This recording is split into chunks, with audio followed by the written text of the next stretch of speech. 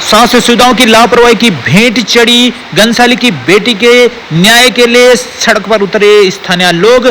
घनसाली बाजार से लेकर पिलफी तक किया आंदोलन और क्या कुछ लोगों ने इस दौरान अपनी प्रतिक्रियाएं दी, आपको बता रहे हैं इस वीडियो में।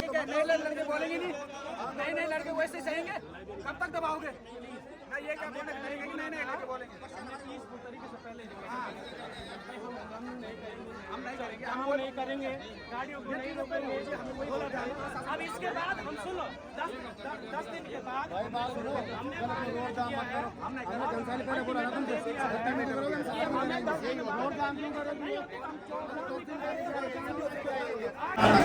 श्रीमती नीलम सुरेरा जी हमारे साथ हैं। मैडम, जिस तरह से घनसाली में स्वास्थ्य सेवाएं पूरी तरह से दम तोड़ चुकी हैं और जो अनीशा रावत बहन है, ये एक हमारे सामने ताज़ा उदाहरण है, लेकिन इससे पहले कई भाई, कई बुजुर्ग और कई लोग जो यहाँ से रेफर हुए हैं बेलेश्वर पिलकी से, वो रास्ते में दम तोड़ चुके हैं। क्या कुछ कहना है भाई जी? क्या कहें, देखिए सबसे बड़ी मूलभूत सुविधा है स्वास्थ्य।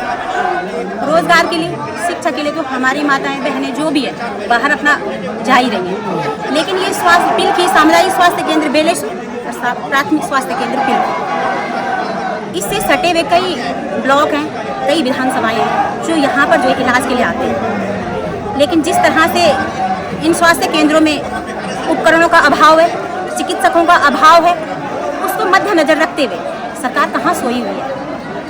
आखिर क्या चाहती है सरकार? हम लोग उनको तख्तो ताज इसलिए नहीं पहनाते कि वो लोग अपने जो है वहाँ पे अपनी मौज मस्ती में रहें। जनता अगर चुनती है तो इन्हीं सुविधाओं के लिए चुनती है। कई अनीशा रावत ही नहीं है, कई हमारी मातृशक्ति है, कई हमारे भाई हैं जो आधे अधूरे रास्ते में ही जो है दम तोड़ देते हैं। अब बताओ, आप पिलखी को रेफर सेंटर बना दिया गया है। रेफर सेंटर का मतलब जब मरीज अंतिम सांस ले रहा होगा तो इसको रेफर देहरादून के लिए किया जाए। देहरादून यहाँ से 4 घंटे का रास्ता है। आप ही बताइए, क्या 4 घंटे में व्यक्ति जिंदा रहेगा जो यहाँ से, जिसके लिए मना हो चुका है, जो जिस मरीज के लिए यहाँ से बोल चुके हैं कि नहीं यहाँ पे इनका इलाज नहीं हो सकता, क्या वो 4 घंटे तक देहरादून जा सकता है? ये लोग कहाँ सोए पड़े हैं? विधायक जी बोलो, ब्लॉक प्रमुख बोलो, मुख्यमंत्री जी बोलो, देखो सबसे बड़ी यही व्यवस्था होनी चाहिए कि चिकित्सा जो है मिलनी चाहिए। जो लोग यहाँ पर रह रहे हैं, पलायन की बात कर रहे हैं, अब आप ही बताइए, पलायन ना करे तो क्या करे बताइए? रोजगार नहीं है, शिक्षा नहीं है, बच्चा जो लोग यहाँ पे रह रहे हैं, कितना बड़ा आपदा पीड़ित क्षेत्र है ये, आए दिन कितने नुकसान हो रहे हैं। क्या कोई बच पाएगा देहरादून तक जाते जाते? क्या यहाँ पे वो सुविधाएं होनी नहीं चाहिए? अगर जनप्रतिनिधि चाहे तो बहुत कुछ हो सकता है, देश की करेंसी बदल सकती है, तो स्वास्थ्य केंद्र पिलकी तो बहुत छोटी सी बात है। ये अब ज़्यादा ना बोलते हुए मैं माननीय मुख्यमंत्री जी से, विधायक जी से और उप जिलाधिकारी जी से विनती करती हूँ, कृपया इस चीज़ को संज्ञान में लें। जनता ज़्यादा आक्रोश में ना आए। अगर ये स्थिति यहीं पे संभल जाए, इसके लिए आप लोगों को आगे आना होगा और जनता को आश्वासन नहीं, धरातल पर करके दिखाना होगा। धन्यवाद। जय श्री कृष्ण। और इस वक्त हमारे साथ हैं कुंवर सिंह रावत जी, पूर्व प्रधानाचार्य और व्यापार मंडल चमियाला के अध्यक्ष हैं श्री सूरज सिंह रावत जी। सबसे पहले श्री सूरज सिंह रावत जी से जानेंगे, रावत जी क्या कुछ कहना? इतना बड़ा मुद्दा है, लगातार जनता जो है इसके लिए आवाज उठाती रही है, चाहे वो व्यापार मंडल की तरफ हो, चाहे जनप्रतिनिधियों की तरफ हो, लेकिन जिस तरह से उदासीनता इतनी पिछले कई वर्षों से देखी जा रही है और नतीजा आप लोगों के सामने, क्या कुछ कहना है? सबसे पहले पत्रकार महोदय आपका बहुत बहुत धन्यवाद, जो आप हमारी आवाज़ को जो है जनता तक पहुंचा रहे हैं। माने हमारा कहने का मकसद ये है कि इतना जन आंदोलन हमारे बेलेश्वर में भी हुआ था, 11 दिन तक अमरण अनशन चला, लेकिन हमारे विधायक जी वहाँ पर आते हैं, बोलते हैं कि मैं तुरंत ही डॉक्टर की व्यवस्था करता हूँ। वही बदहाली अभी तक भी बनी हुई है, कोई व्यवस्था नहीं बन पाई और उसका खामियाजा आज इस पिलकी हॉस्पिटल में हमें भुगतना पड़ रहा है। तमाम क्षेत्र के लोग जो हैं बिना डॉक्टर के उदासीन पड़े हुए हैं। जिन पे पैसा होगा और जो बेचारे सामर्थ्यवान हैं वो तो देहरादून ऋषिकेश जा रहे हैं और श्रीनगर जा रहे हैं। जिन पे जो गरीब जनता है, जिनकी जनता की बदौलत जो है विधायक बने हुए हैं और वो उन जनता का बदहाल हो रखा है। बहुत दुखदायी घटनाएं हैं। अब बताओ, उसकी जान चली गई बेचारी की, अनीशा रावत की लापरवाही के कारण। यदि हमारे पास डॉक्टर होते, अच्छी सुविधा होती तो ये समय हमको ऐसा देखना न पड़ता, ज़्यादा न कहते हुए सारी स्थिति बदहाल हो रखी है। हॉस्पिटल ही नहीं है, तमाम किसी भी डिपार्टमेंट में चले जाओ आप, सबकी यही दशा बनी हुई है। जी रावत जी, क्या कुछ कहना है जिस तरह का मामला है? और लगातार ये भी लोगों का कहना है कि भाई जो घनसाली विधानसभा में काम हो रहे हैं वो सिर्फ वो काम हो रहे हैं जिसमें कि गोटीबाजी है। आपका क्या कहना है? और लिहाजा जिस तरह से डॉक्टरों की कमी है, जिस तरह से अन्य क्षेत्रों में जो सर्विसेज की कमी है, और नतीजा आज इतना बड़ा हादसा हुआ है। ये पहला हादसा नहीं, कई बार ऐसा हो चुका है कि लोग यहाँ से रेफर होते हैं, रास्ते में दम तोड़ देते हैं। क्या कुछ कहना है?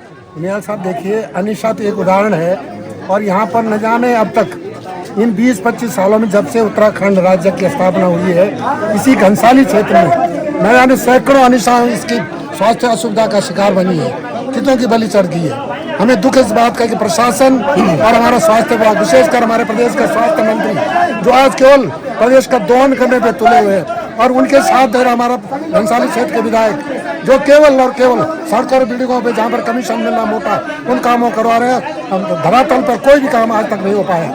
इसका उदाहरण हमारा बेलेश्वर का अस्पताल, गत वर्ष आपने देखो 11 दिन का भुगतान हमने वहाँ पर की थी। विधायक जी ने हमसे वादा किया था कि हम 2 महीने का समय हमें दीजिए और मैं यहाँ पर 8 डॉक्टरों को नियुक्त करवाऊंगा, लेकिन बड़े दुख के साथ सर के साथ करना पड़ रहा है। क्या 1.5 साल बाद भी एक डॉक्टर वहाँ पर था, उसको भी हटा दिया गया। और बेहतर भी हद तक तब होती है जब कल हमारे विधायक जी कार्यक्रम में बोलते हैं कि डॉक्टर भट्ट का हमने ट्रांसफर करवा दिया, उसको मैं वापस लाऊंगा।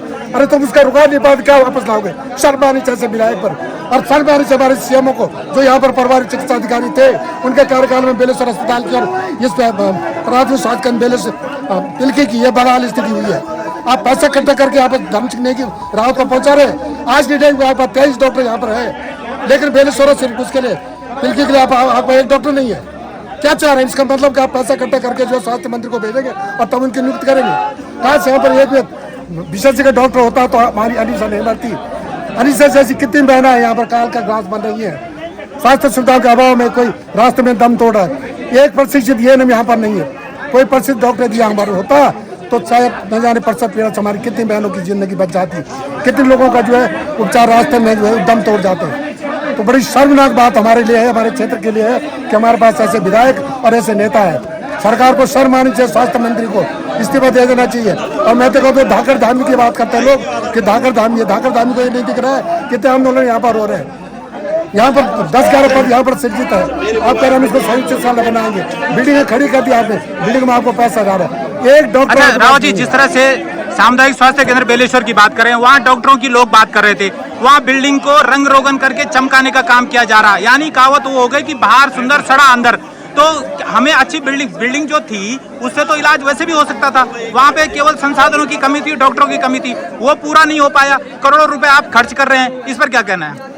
ऐसे सर देखो, हमने वहाँ पर भी विधायक जी से कहा था जब वो कर रहे थे, हमने कहा आप 4-5 करोड़ रुपए इस पर खर्च न कीजिए। बहुत बड़ा भवन हमारे पास है, यहाँ पर करोड़ों की मशीनें पड़ी है, उसमें से आप 4 करोड़ खर्च न करके 4 लाख रुपए आप यहाँ पर देखिए। हम यहाँ पर जो है अल्ट्रासाउंड जो मशीन है उसके लिए आप 20 और 30 हजार में कोई भी हमारा समुदाय करने तैयार हो जाता है। हमारी माँ बहनों का अल्ट्रासाउंड वहाँ हो जाता है।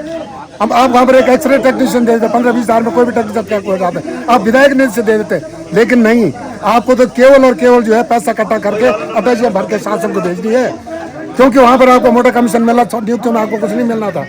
अरे दुख है इस बात का, आप कीजिए, हम मानते हैं आपका कितना बड़ा पेट है आपका, लेकिन इस बात का आप कीजिए कि हमारी माँ बहनों का जो स्वास्थ्य है, शिक्षा है, उसके लिए आप कुछ कीजिए। एक पल आपको करने को तैयार नहीं, ऐसे कार्य को आप नहीं जाएंगे। आप बताएं कि उपलब्धि क्या है आपकी? अच्छा, जिस तरह से जनता आज जी आपको नो सुरुचि नोटिया, मैं कंसाली से गांव मेरा जगमियाली। मैं ये कह रही हूँ आपसे कि जब तक यहाँ पर अच्छा स्टाफ नहीं आ जाता है, हमारी यही राय है कि यहाँ पर ताला मारा जाए। यहाँ किसी को मौत नहीं आने, किसी को सर दर्द हो रहा तो बुखार की दवाई दे रहे, बुखार दर्द हो रहा तो पाँव की दवाई दे रहे। ऐसे कुछ नहीं चलेगा, यहाँ सीधा ताला मारो बस। धन्यवाद जी। बहन जी, मेरा नाम सीमा देवी है, मैं ग्राम तितराने से हूँ, जहाँ से बहन की डेथ हुई है। यहाँ की ना बहुत लापरवाही है, सब स्टाफ की लापरवाही है, हद होती है लापरवाही की। कोई भी ना मुद्दा उठाने के लिए तैयार नहीं है। आज हम लोग खुद आए हैं तो फिर भी कोई आने के लिए तैयार नहीं है, कोई मुद्दा उठाने के लिए तैयार नहीं है, कोई व्यवस्था नहीं है। तो क्या करना चाहिए? हम क्या, हमें न्याय चाहिए, हमें और कुछ नहीं चाहिए। नहीं, लेकिन जनता से बार बार ये वादे किए जाते हैं कि जनता का जो खास तौर पर महिलाओं का ख्याल रखा जा रहा है। क्या आपको लगता है कि वाकई महिलाओं का ख्याल रखा जा रहा है? अगर ख्याल रखा जाता तो इतनी बड़ी लापरवाही होनी थी, किसी की जान जानी थी यहाँ। बेटी पढ़ाओ बेटी बचाओ वही तो बेटी पढ़ाओ बेटी बचाओ सारे हॉस्पिटल। हमें बस न्याय चाहिए, उस बहन के लिए न्याय चाहिए और आगे के लिए सुधार चाहिए। आज वो है कल कोई और होगा, कल किसी और माँ बहन हो सकती है, उनका क्या जा रहा है? उन्हें तो खाली अपना काम से करने, वो भी काम सही से नहीं करते हैं। और स्टाफ तो इतना खत्म है ना यहाँ। जी रतुड़ी जी क्या कहना है? सबसे पहले आपको धन्यवाद और इस समस्त जनता को धन्यवाद जो इस बहन की तरफ से आए हैं। परंतु मेरा समस्त जनता से भी यही निवेदन है कि यह मुद्दा ना तो क्षेत्रीय विशेषक है और ना ही राजनीतिक विशेषक है। यह मुद्दा है जनहित का, यह मुद्दा है महिलाओं का और यह मुद्दा महिलाओं का ही नहीं है, समस्त क्षेत्र में रहने वाली जनता की सुविधाओं का है कि उनके साथ में कैसा खिलवाड़ हो रहा है। कोई अगर परसों पीड़ा में दम तोड़ रही है तो कोई दुर्घटना में आधे रास्ते आते हुए दम तोड़ रहे हैं। ये आम जनमानस की पीड़ा है, इसके लिए हम सबको एक होना चाहिए और इसके लिए स्वयं हमारा भी जो हमारा हो या किसी का भी हो, जिन लोगों का जमीर जागा है वो एकता के साथ कर रही है। इसे ना तो क्षेत्रीय विशेषक मुद्दा बनाए कि वहाँ की बेटी हो, क्योंकि बेटी हर जगह की एक समान होती है, उसके हर पीड़ा को, हर जगह की पीड़ा के लिए सबको एकजुटता होकर आगे आना चाहिए। रही बात यहाँ के हॉस्पिटलों की, सच में बहुत ज्यादा स्थिति खराब है और सीएमओ सर कोई अनजान नहीं है। मैं कहना चाहूंगी कि सीएमओ सर, मैं कई परेशानियों को आपसे स्वयं अवगत करवाती हूँ मगर फिर भी आप उसमें संज्ञान नहीं लेते। क्यों? क्योंकि क्या एक जनमानस को, आम जनमानस को केवल बड़ा जनप्रतिनिधि बनना चाहिए? नहीं, अपनी पीड़ा को या अपनी जनता के क्षेत्र की पीड़ा को कोई भी आम जनमानस ला सकता है। उसके लिए नेता बनने की या किसी जनप्रतिनिधि बनने की आवश्यकता नहीं है। मैं ऐसी कोई बहुत बड़ी बड़ी समस्याएं हैं जिनसे मैंने उनको अवगत कराया है मगर उन्होंने कोई संज्ञान नहीं लिया। उनका पॉइंट होता था कि विधायक जी कहेंगे तो ही करूंगा। ये बातें बिल्कुल नहीं होनी चाहिए क्योंकि ये जो कार्य हैं तो ये इस तरह के कार्य हैं जिससे पूरा क्षेत्र प्रभावित होता है, पूरा देश प्रभावित होता है। ऐसी गंदगियां होती रहेगी, ऐसी गलतियां होती रहेगी तो लोग कितना सहेंगे? कब कितने बच्चे चले जाएंगे, कितनी महिलाएं चली जाएंगी?